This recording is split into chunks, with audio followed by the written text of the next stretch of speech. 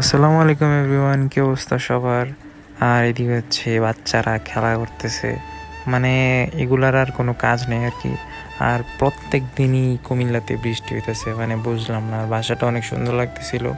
নামাজ পড়ার পর গেলাম আবার খালার বাসায়, ওইদিকে গিয়ে দেখি বড় আব্বু দেখতেছে রেসলিং। থেকে গেলাম আবার ইস্টার্ন প্লাজা, আমার এক ভাইয়ের সাথে দেখা করতে। ওর নাম হচ্ছে নয়ন, মানে সবসময় দেখা হয় না, তো এই জন্য গেলাম আর কি একটু দেখা করতে। আর ওর দোকানে সবাই আসেন নিচ তলায়, আর আমার নাম বলে তো ডিসকাউন্ট থাকবেই।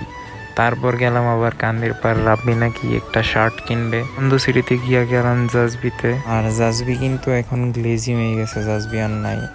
আর রাব্বি থেকে মনে করেন খুঁজা মুজে একটু ট্রিট নিলাম আর কি, হালকা পাতলা। ওই দিক থেকে বাসায় এসে মনে করেন ভাগিনার সাথে একটু মজা করলাম। এ যে এত পাক না ভাই রে ভাই, দেখেন। দাঁড়াও, এদিকে দাঁড়াও। তোমার কি ভাইয়া বেশি মারে? সুন্দর করে বলো, তোমার কি ভাইয়া বেশি মারে? কেমন কিভাবে মারে তোমারে? কিভাবে কি ভাইয়া মারে?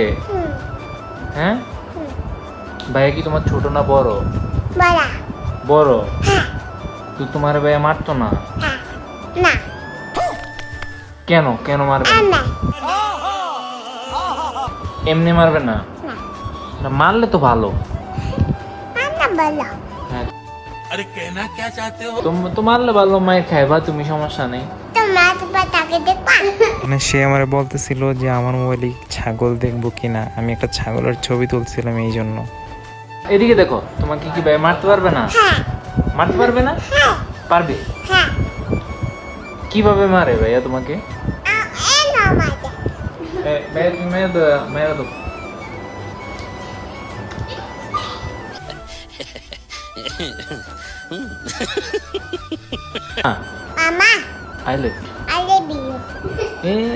ক্যামেরা দিয়ে আজকের জন্য এতটুকুই। ভিডিওটা ভালো লেগে থাকলে লাইক, শেয়ার, কমেন্ট অ্যান্ড পেজটাকে একটা ফলো দিয়ে দিবেন। আল্লাহ হাফেজ, take care, tata, bye bye. আর ওর কথাগুলো কিউট লাগলে একটা কমেন্ট করে জানাবেন। আল্লাহ হাফেজ।